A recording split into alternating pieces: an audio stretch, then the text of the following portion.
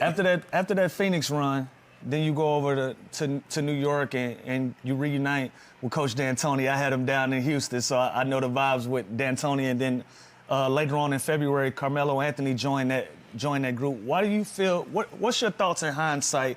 Why that team didn't quite get over the hump? Because you guys had a hell of a lot of talent and were highly touted. Why do you think that particular group didn't get over the hump?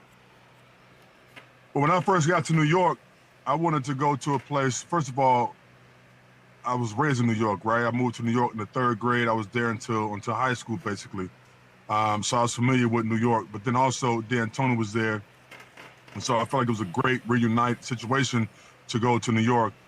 And I knew D'Antoni would let me play my game, right? A lot of people at that time thought I was only a pick-and-roll guy and I only could do these things.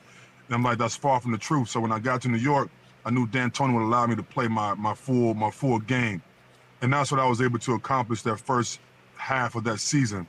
And I was playing team basketball. I was getting everybody involved with Wilson Chandler, Raymond Felton, Gallinari. Yeah. All these guys were playing, having career years.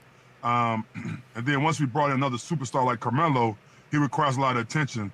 So when Melo comes to our team, the ball is not moving as much because Melo requires a lot of attention. He's one of the offensive greats. So when he gets to basketball, he's looking to score.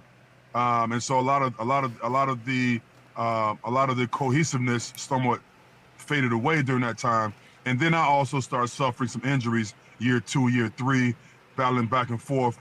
And that's kind of how things panned out throughout that time in New York. We tried our best. We gave it all we got, but we just couldn't get over the hump.